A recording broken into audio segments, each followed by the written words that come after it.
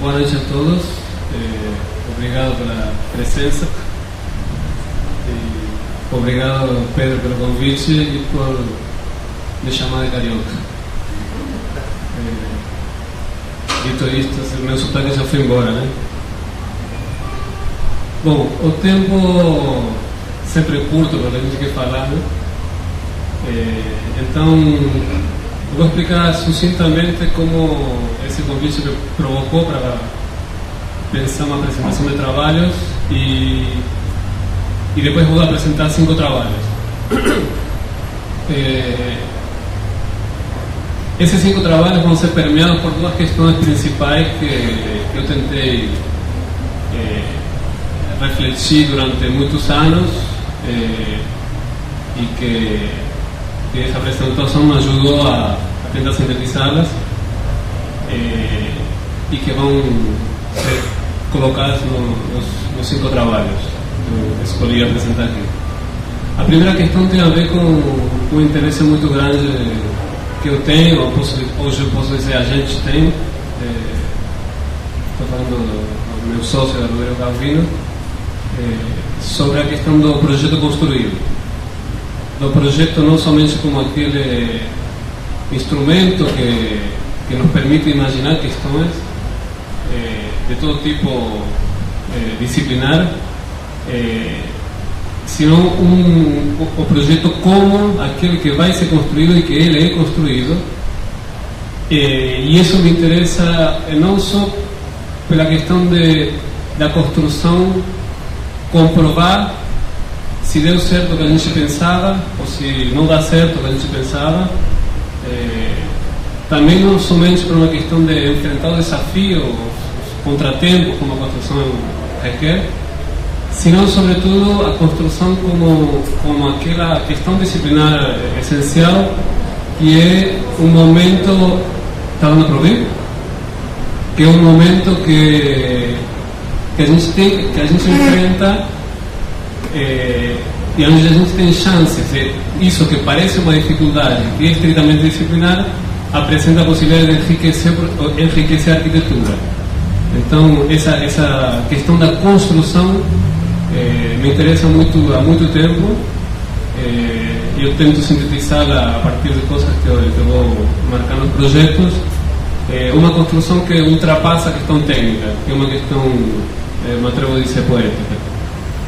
E a segunda questão é entender o projeto como um instrumento, como um artifício de revelação de alguma circunstância específica que já estava naquele momento, naquele local de intervenção, local como lugar físico, mas local como lugar cultural, local ou lugar como um desafio para determinados usuários, ou circunstâncias pessoais específicas naquele momento. Todas essas circunstâncias específicas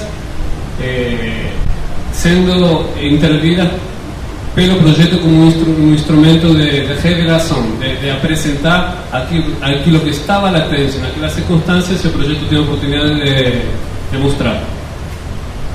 Então, o primeiro trabalho que eu vou mostrar é uma casa.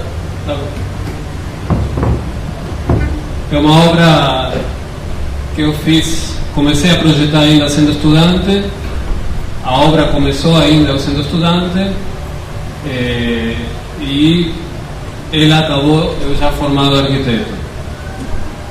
Ela foi uma obra para meus pais, na província de Misiones, que é no norte da Argentina, que tem esta terra muito vermelha, que é uma paisagem muito parecida a Santa Catarina, ou norte de Paraná, sul de Paraná, perdão, norte de Santa Catarina, e que tem uma ondulação muito suave, que é aquela paisagem lá no fundo, que na borda da cidade, uma cidade pequena de 50 mil habitantes, onde eu me criei, e que a questão principal era a paisagem. Eu ajudei meus pais a escolher o terreno, eu estudando em Buenos Aires, ele me contando onde que ficava, e a partir de código Morse, porque a internet não existia na minha vida, tentando entender onde que estava o terreno, e escolhemos o terreno depois de uma viagem.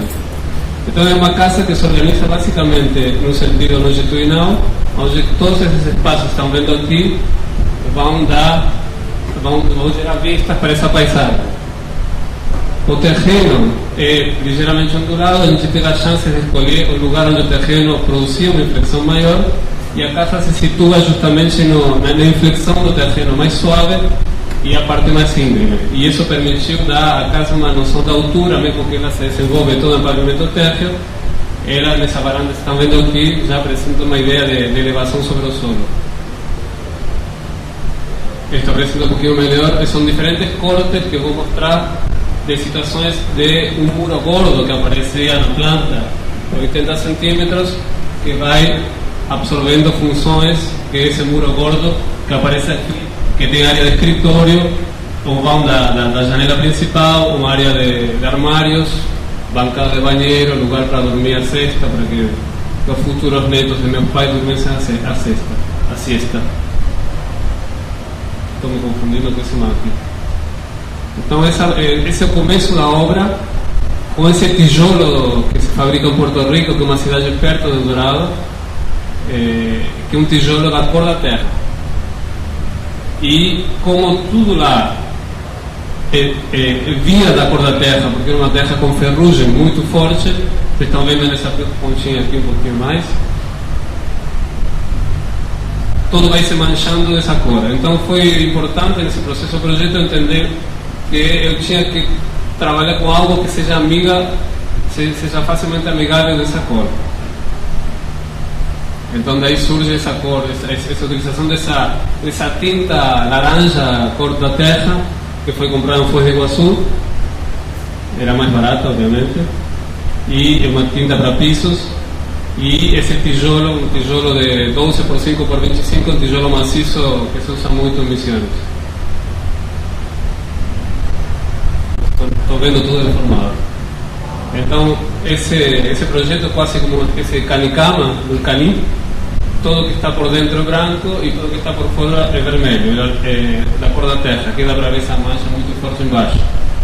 E essa estruturinha metálica que vai surgindo como elementos leves de invasão da paisagem. Então aquele lugar é aquele do escritório. Lá para frente está o quarto. Essas são fotografias de quase inauguração da obra, ainda não tinha o teto de bambu. E esse é o primeiro vão nesse muro de 80, aqui está a espessura do muro de 80, e essa paisagem enquadrada nesses vãos. Esse ponto é um ponto que me dediquei bastante, que é entender como entrar na paisagem. Entrar na paisagem era sair na varanda, e entrar na paisagem era descer essa escada e ficar com as pernas penduradas nesse ponto, quase como se fosse a escadinha da Casa da Cascata. Então esses são os diferentes vãos. Estou meio perdido aqui, Pedro, com o mato. Era só de cima e de baixo. Sim, não estou de cima e de baixo, mas o meu faz ao contrário. Configurações pessoais. Então esse projeto, para mim, tem a ver com essa questão que eu colocava no começo, de uma questão técnica evidente, com o tijolo e com momentos construtivos de expressão que são típicos de Eldorado, da província de Misiones, e com uma questão de uma revelação dessa paisagem que para mim se sintetizava numa pergunta que me agoniava muito durante o processo de trabalho, que era o que ia opinar o pessoal de Eldorado, porque eu estava no momento de estar em Buenos Aires projetando para Eldorado. Então, estava projetando a distância e perguntava para meus pais o que as pessoas achavam da casa. E meu pai me dizia: geralmente as pessoas entram e falam que linda paisagem, que lindo paisagem. E para mim era uma resposta amável de quem não queria opinar, porque não gostava, na verdade, né? E eu prefiro a opinião de que a casa revelou a paisagem. Esse projeto, o primeiro projeto que eu faço, esse é o único projeto não construído desta série que escolhi, que eu faço no Rio das Ostras, depois de um tempinho, depois de 1 ano e meio de estar aqui no Rio, junto a Roberto Sacchi, o escultor que inventa esse barco. Ele inventa esse barco que é um galeão do século XV, supostamente afundado na frente de Rio das Ostras, espelho da água artificial como escultura hiperrealista. E eu estava ajudando, ele era mais uma vez familiar, era meu sogro, e eu estava ajudando ele a construir a maquete, os desenhos, enfim, para poder construir esse artefato estranho. E com muitos preconceitos sobre minha formação de vanguarda abstrata, aceitar este tipo de arte como algo valioso, e comecei a me amigar muito disso do ponto de vista da qualidade do que ele fazia e da questão lúdica, do que gera no público leigo esse tipo de artefatos quase Disneylândia, de que se ensina uma viagem quase infantil, né? Esses desenhos são meus e esses são essa fotografia da maquete do Roberto, uma maquete 1:50 do barco que ele ia fazendo. Essas são maquetes também do barco, da maquete, né? E o que eu sugeri para Roberto numa hora, que era muito, parecia uma pena que o público estivesse distante do barco, e eu sugeri fazer uma série de percursos por baixo desse barco para que o usuário, o visitante, pudesse se aproximar, tocar e vislumbrar de diferentes posições, próximas e distantes, esse objeto tão estranho que era o suposto naufrágio, né? Então, daí se criaram, vocês estão vendo no corte, uma série de percursos por baixo que acontecem aqui em planta.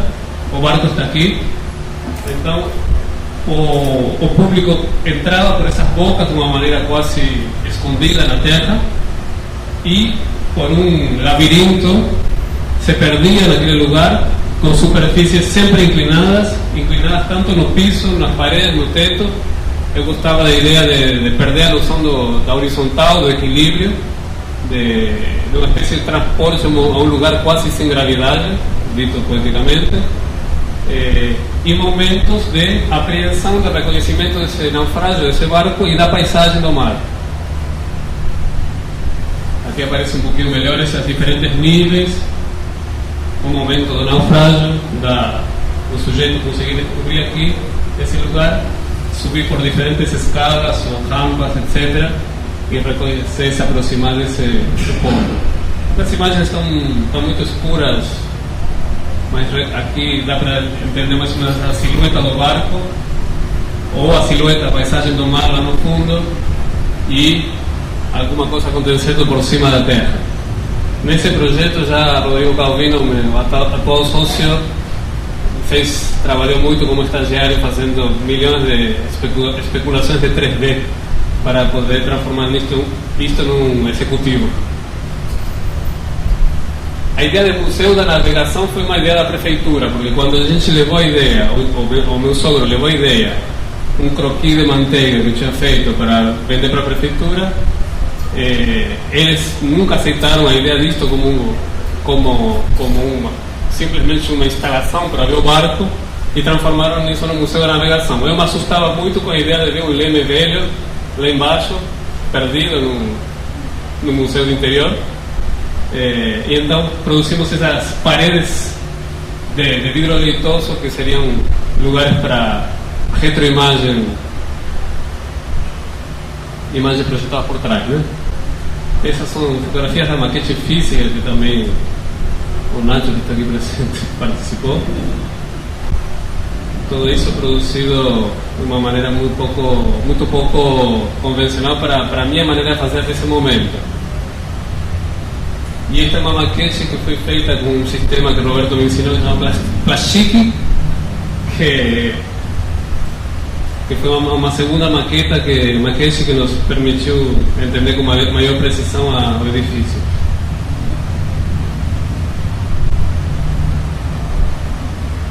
Essa aqui é a boca de entrada possível para esse jardim de senderos que se bifurca. Esse terceiro trabalho está construído. O Andrés, não sei se chegou ou vai vir, ele colaborou nesse processo, Andrés Pássaro. É um projeto novamente para a família, é para meu irmão que mora em São Paulo, e para minha cunhada, Santiago e Ana, que tinham muito pouco dinheiro, um terreno muito estreito num bairro Vila Sônia, em São Paulo, que é muito parecido a muitos bairros em São Paulo, uma exposição de portões, garagem, onde todas essas casinhas são casas que o sujeito entra com o carro e o que ele obtém é uma janela da sala. Então, da sala obtém uma vista do carro. Obrigatoriamente precisa um afastamento lateral de 1,5 m, o que permite chegar na cozinha evitando a sala. Então dá para levar compras de uma maneira um pouquinho mais incômoda ainda. Então são terrenos muito pequenos, muito densos, que basicamente não tem área livre. Então o grande desafio era, num terreno de 7 de largura por 21 metros de profundidade, gerar luz, gerar vazio. A casa é essa aqui. Uma questão que me interessava, me preocupava muito novamente, era que a casa não chamasse muito atenção, que fosse mais uma casinha, mas não aceitava fazer esta casinha. Então fiz esta outra, aqui do lado, essa branquinha. E eu fiz mais um portão, para mais 2 carros. Colaborei para o trânsito de São Paulo, eu não, Santiago, Piano. E dentro desse lugar, dentro desse terreno que há, é uma estrutura de 4 metros, sendo cheio, vazio. Então gerava-se uma estrutura porosa, onde cabia muita luz e a casa se estendia para cima. Essa estrutura também gerava os 2 espaços inferiores sociais em direção de pedreiro duplo e viram para este pátio. Este lugar é o lugar principal da casa, que tem esse conector entre o bloco da frente e o bloco dos fundos, com essa passarelinha e essa escada. Para Santiago.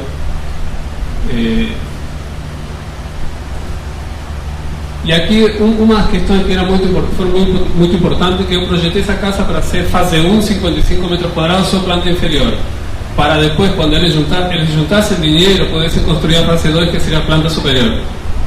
Então, esta é a planta superior, que foi um empréstimo do Banco Portas, que emprestou dinheiro para a segunda fase, e conseguiram construir a segunda fase. Então, o investimento forte era na parte inferior, na parte social, com muita transparência, com a estrutura de aço concentrada nessas esquadrias do pátio. E daqui para cima, essas esquadrias compradas na Leroy Merlin, escolhidas a dedo e depois colocadas na fachada. Claro, muito desenho por meio, né? sem diminuir o trabalho que a gente faz. Né? E essa estrutura, eu consegui convencer eles de fazê-la com uma telha polipropileno, que era muito barata. Também comprada na Leroy Merlin, e essa estruturinha de aço, que vai em uma espécie de sanduíche, foi feita por um serralheiro, que hoje virou vendedor de seguros. Então muito bom serralheiro não era, nem muito apaixonado, mas por várias viagens e finais de semana conseguíamos que ele fizesse algo parecido ao que a gente tinha pensado. Daí que surge essa escada muito leve, com esse serralheiro, com uma escada de R$700, de 80 quilos, que era muito leve em peso, porque o aço se vende por quilo. Então era como construir uma escada muito leve, muito barata, e leve por questões arquitetônicas, obviamente, que por uma ideia de deixar que a luz atravessasse todo esse lugar da maneira mais etérea possível. Então se desenvolve toda essa parte inferior todo com cimentado, que a equipe de construção era muito boa, trabalhava muito bem com cimento queimado, com concretos aparentes. Há uma imagem que me interessa muito, que é essa viga invertida que a gente fez aqui, com dentes de concreto, onde vem a massa de textura, acaba 5 centímetros antes, e é uma espécie de revelação desse sistema construtivo convencional, de estrutura de concreto, que se apresenta de maneira um pouco distinta do que poderia se apresentar convencionalmente. Essa espécie de vazio central se transforma em luminária. Essas são lajinhas de concreto. O construtor, que não era grande coisa, mas conseguia dominar o concreto, consegui convencê-lo, e ele fez bastante bem essa lajinha de concreto, que foi acabada com piso na própria colagem do concreto já foi definido o piso, então não houve momento de acabamento do piso. Essa lajinha aqui. Toda essa lógica de guarda-corpo também é uma lógica de guarda-corpo mais leve possível para que seja mais barato e mais etéreo. Finalmente, essa vista do estúdio 2, porque o estúdio para Santiago, que gosta de ferramentas, ele está se emburaca aqui muitas vezes, e essa vista é essa um pouquinho mais distante. Essa vista da rua, onde essa torreta de conexão e iluminação aparece assim, quase espionando o espaço público. Esse é o quarto trabalho, estamos bem? Mais ou menos. Tá, obrigado. Esse é o quarto trabalho que também me interessa pelo fato desse par que venho falando da arquitetura como construção, da construção como poética, entendida como questão tectônica, e da questão da revelação. Esse edifício é um edifício para sala de aulas na PUC, onde alguma vez devemos ter estado juntos. A gente estava lá no Leme, né? A gente perdeu o Beto nessa época. É um edifício que, para mim, é muito interessante do ponto de vista de um projeto que foi feito muito rápido, muito pouco tempo, e para ser executado muito rápido. Um edifício que apresentava uma complexidade funcional mínima, porque os nossos interlocutores na PUC nos pediram uma sala de duas janelas eram 18 metros, cada janela 9 metros, que era o equivalente à sala que eles já usavam. Então a gente já nasceu com uma planta definida, 18 por 6, e depois era o térreo livre. Por quê? Porque tem que colocar carro lá embaixo, porque na PUC a vaga vale ouro, né? Assim como em São Paulo, em qualquer lugar. E depois não tinha muito, assim, como tirar proveito dessa oportunidade. Não tinha muito, mentira, tinha muito, mas não estava aí o projeto estava em como inserir essa necessidade nesse local. E o que, do ponto de vista da revelação do lugar, sempre me pareceu muito interessante, a gente entendeu isso rapidamente, é um edifício que redescobrisse o morro que está lá atrás. Então todo o processo de chegada no edifício se produz a partir de passar por aqui por debaixo, atravessar, conseguir subir por trás e andar pelo morro, que é a partir destes lugares que estou tirando a fotografia, e por essas pontes, escadas, que são lugares que aqui os alunos, a gente se senta para conversar nos intervalos. Então é uma maneira de revelar essa montanha, esse morro, com essa mata magnífica que tem por detrás, através desses artifícios de uma sequência de filtros, que é uma tela mosquiteira, uma esquadrilha de basculante, e uma tela depois para que cresçam plantas do outro lado, que foi uma solicitação da PUC, que chamava Sacaneando o Edifício Alface, que era como fazer um edifício com vergonha desse edifício, né? E uma das questões que me parece importante nesse edifício é a questão além da questão técnica, uma questão da cor. A cor foi uma discussão muito forte durante o processo do projeto. Para nós era muito importante que ela sumisse naquela mata, mas não que desaparecesse, senão que diminuísse seu impacto. Então, em algum momento se opinou fazer branco, a mim sempre pareceu uma geladeira no meio da mata, fazer isto branco. E não vou citar o nome da pessoa que me disse por que você fez um edifício tão triste, por que não pintou de algumas cores vivas. Eu falei, porque a gente não queria. O sea, me assustam os edifícios que gritam. E este edifício, acho que ele é o último edifício da série, acho que estou mais ou menos no tempo, Pedro. É o edifício do TUH Niterói, já se chamou o T para Flechas, está em GAN Niterói. É o edifício que permitiu a fundação dos escritórios da CMASP, que tem sido um trabalho muito intenso, continua sendo um edifício junto que desenvolvemos junto com o Rodrigo há muito tempo, com a equipe que nos apoia muito, e com as dificuldades enormes de fazer um edifício uma escala desse tamanho. Como o tempo curto, eu vou me concentrar nesses dois aspectos, o aspecto da construção, de como a construção pode enriquecer uma arquitetura, ou nos dá essa chance, e outro aspecto é o aspecto da revelação de algum lugar. nessa paredona de edifícios que é a Praia de Ingá, que parecia Copacabana, o edifício nosso que está atrás e ultrapassa a altura do outro, da paredona. Então esse edifício se transformou numa espécie de esquina da entrada para a parte distante da praia e a praia. Então, de alguma maneira, tinha uma condição de mirante. E nos preocupava, nesse tratamento de faixa, um assunto simples, que o edifício tivesse um tratamento até a altura do edifício vizinho e o outro para cima. Essas são imagens depois posteriores. O edifício tem um tratamento até a metade, até a altura dos edifícios vizinhos e para cima o outro.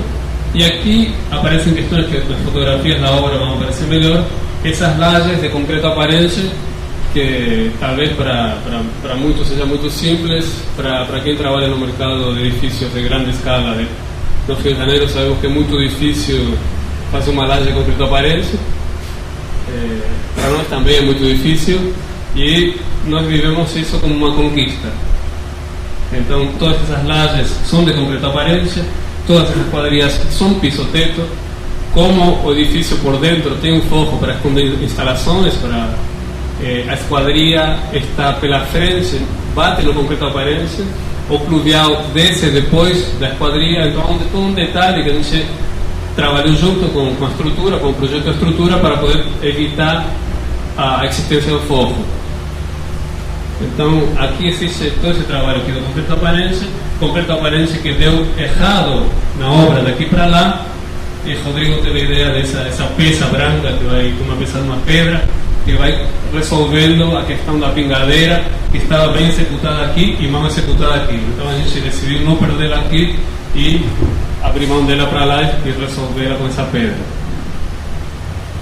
Esse edifício tem esse pórtico de acesso também, todo de concreto aparente, com essa mancha de luz, que é uma espécie de luminária toda com aquele vidro tipo glass, que já foi empregado agora aqui no Rio, em vários lugares, mas com bastante destaque no mar, no Museu de Jacobsen. Então esse edifício organiza um espaço aqui de entrada, com este artefato enorme que a gente chama internamente de escada laurenciana, que é uma escada que é quase mais da metade do tamanho do espaço onde ela se encontra, é o lobby do edifício, sobe ser 1,70 m ao restaurante e todas essas áreas de serviço. E depois existem esses cortes aqui, que são frestas, onde entra a luz natural, e esse terreno, que é muito profundo, permite entrada de luz até o final do terreno, sendo que por cima existe uma lâmina de 20 pavimentos. Essa aqui é a escada laurenciana, aquela paredona muito alta de mármore branco nacional, que para mim é uma descoberta há muito tempo no Rio de Janeiro, que é muito barato e na Argentina é muito caro, não existe isso.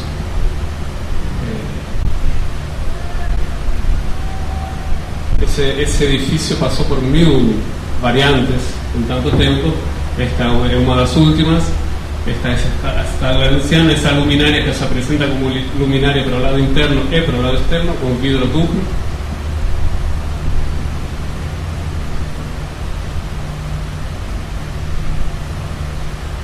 Esse espaço aqui central é onde pode se subir para os segundos e terceiros pavimentos para a área de auditórios.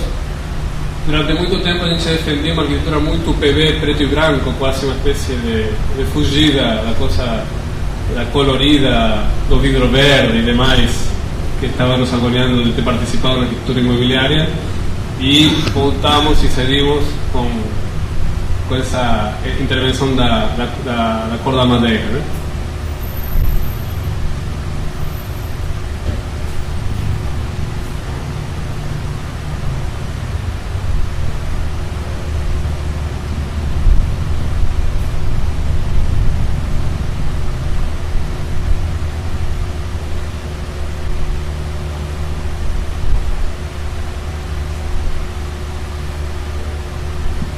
Esse lugar é a cobertura do edifício, que um momento também é mais um outro edifício para a gente, que é um edifício de 10 metros por 50 metros, onde conseguimos trabalhar com estrutura metálica. A estrutura metálica nos permitiu ordenar o edifício nesse momento e ao longo do processo de trabalho a questão das pedras, porque os clientes têm, dos sócios dos clientes tem acesso mais simples às pedras e há gosto dos clientes pelas pedras. Primeiro nos incomodávamos muito com isso e depois tentamos nos amigar disso e trabalhar com pedras cinzas. Esse trabalho de pedra que aparece aqui, atrás disso existem áreas técnicas, né? Essa aqui é a construção da piscina e toda essa parte desse brise de alumínio no mesmo tom cinza esconde mais áreas técnicas, né?